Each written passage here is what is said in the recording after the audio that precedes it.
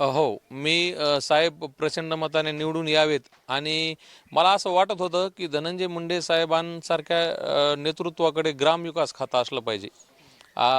तर मी तसा ग्रामविकास खातं मिळावं आणि साहेब निवडून यावेत प्रचंड मताने असाच नवस केला होता.